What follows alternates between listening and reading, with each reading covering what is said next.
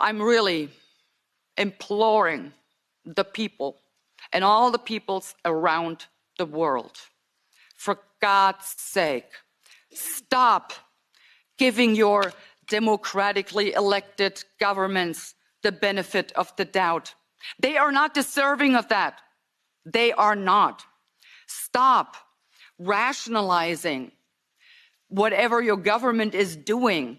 Stop rationalizing and come up with some good intentions. They have no good intentions. Never. As I said before, in the entire history of mankind, there has never been a political elite concerned about the well-being of regular people. And it isn't any different now. Why should it? Stop giving them the benefit of the doubt. Because I can tell you, you cannot comply your way out of a tyranny. It is impossible. Trying to do so, you will only feed a gigantic alligator in the hopes of being eaten last. But guess what? Your turn will come, and then you will be the one swallowed up. I also have to ask the people, end your silence. Speak up. For God's sake, stop complying. Start rebelling. They're out to get you if you do not resist. I would also urge you to stop voting for those who inflict this psychological abuse on you, who mock you for their own good. In order to deal with this unfree world, to defy this unfree world, I have decided to become so absolutely free that my very existence is an act of rebellion. And that's what we all need to do.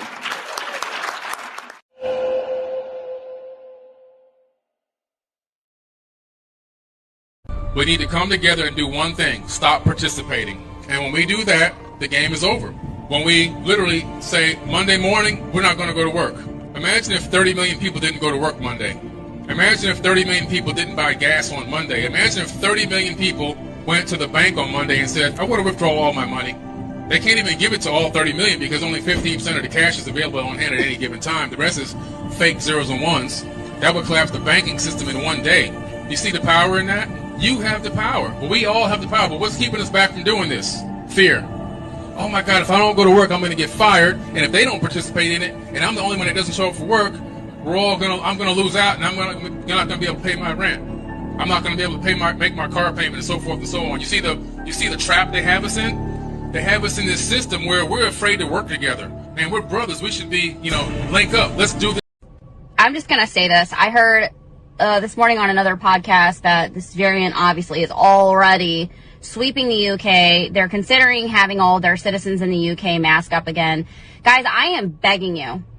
If you stood down in 2020, please stand up in 2023 when this hits our shores. Because if you think you lost freedom last time, it ain't going to be nothing compared to what they're going to do this time. And if we overwhelm these idiots and let them know that we will not do this, and those of us that stood last time don't have to stand alone, then we can beat this. We can actually beat them at their game this time.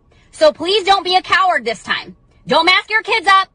Don't go and not go to the grocery store without your mask on. Don't send your kids to school with masks on. Don't stop hugging each other. Don't stop going to church. And if your pastor shuts his doors, find a new church. If your pastor finds a way to agree with the narrative, find a new church this time. Guys, we are living in the end, and they are trying so hard to tear down our country from within. And they're doing it, and they're going to continue doing it. And the only way for us to push it back is to stand up. There are far more of us than there are of them. But they are going to work exceptionally hard, and I guarantee you, if they start pushing this in our country, it will be far worse than it was last time. Far worse than it was last time. They want 15-minute cities. They want us to stop communicating with each other. They want to censor us. They want to shut us down. We have to stand. We're already seeing it with what's going on in Hawaii. And if you think that was a natural disaster, you got another thing. Most of you don't know that coronavirus as a model of a pathogen was isolated in 1965. coronavirus was identified in 1965 as one of the first infectious replicatable viral models that could be used to modify a series of other experiences of the human condition. It was isolated once upon a time associated with the common cold. But what's particularly interesting about its isolation in 1965 was that it was immediately identified as a pathogen that could be used and modified for a whole host of reasons. And you heard me correctly, that was 1965. And by the way, these slides are public domain. You're welcome to look at every single reference. Every comment that I made is based on published material, so do make sure that you look at those references. But in 1966, the very first COV coronavirus model was used as a transatlantic biological experiment in human manipulation. And you heard the date, 1966. I hope you're getting the point of what I'm saying. This is not an overnight thing. This is actually something that's been long in the making. A year before I was born, we had the first transatlantic coronavirus data sharing experiment between the United States and the United Kingdom. And in 1967, the year I was born, we did the first human trials on inoculating people with modified coronavirus. Isn't that amazing? 56 years ago, the overnight success of a pathogen that's been 56 years in engineering. And I want that to chill with all of you. Where were we when we actually allowed, in violation of biological and chemical weapons treaties, where were we as a human civilization when we thought it was an acceptable thing to do to take a pathogen for the United States and infect the world with it? Where was that conversation? And what should have been that conversation in 1967? That conversation wasn't had. Ironically, the common cold was turned into a chimera in the 1970s. And in 1975, 1976, and 1977, we started figuring out how to modify coronavirus by putting it into different animals, pigs and dogs. And not surprisingly, by the time we got to 1990, we found out that coronavirus as an infectious agent was an industrial problem for two primary industries, the industries of dogs and pigs. Dog breeders and pigs found that coronavirus created gastrointestinal problems, and that became the basis for Pfizer's first spike protein vaccine patent, filed, are you ready for this, in 1990. Did you hear what I just said? 1990. Operation Warp Speed? I'm sorry. Where's the warp and the speed? Pfizer, 1990, the very first spike protein vaccine for coronavirus. Isn't that fascinating? Isn't it fascinating that we were told that, well, the spike protein is a new thing. We just found out that that's the problem. No. As a matter of fact, we didn't just find out it was not just now the problem. We found that out in 1990 and filed the first patents on vaccines in 1990 for the spike protein of coronavirus. And who would have thought? Pfizer. Clearly the innocent organization that does nothing but promote human health.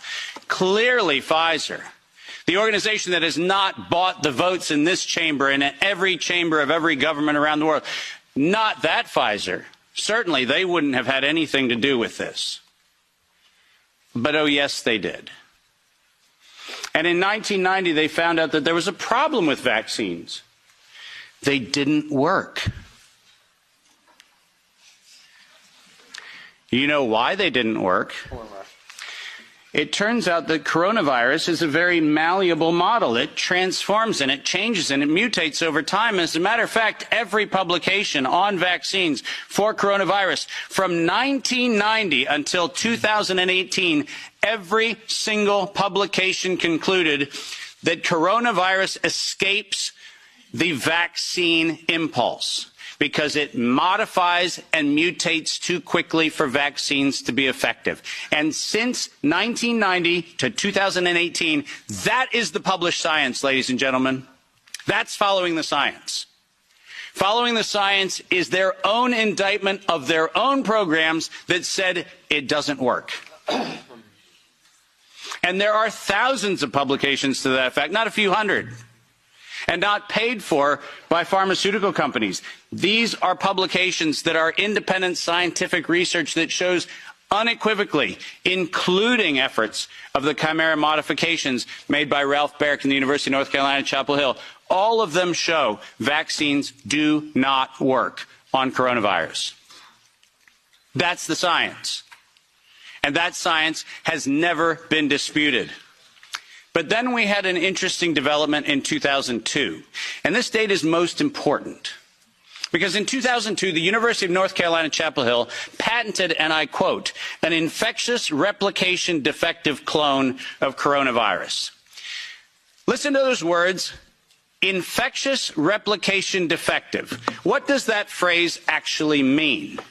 For those of you not familiar with language, let me unpack it for you. Infectious replication defective means a weapon.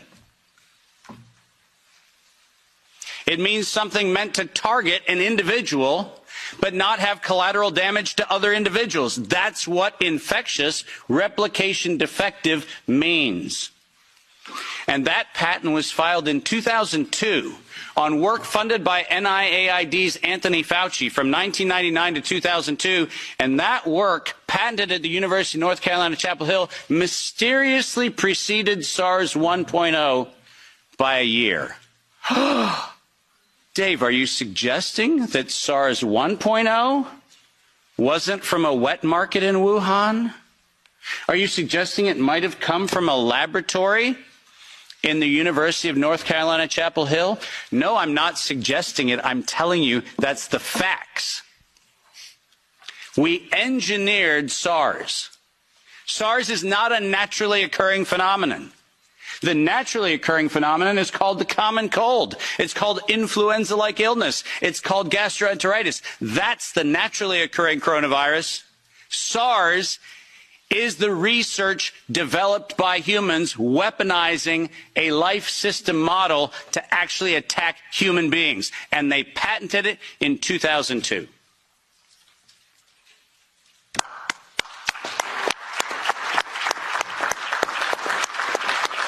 And in 2003,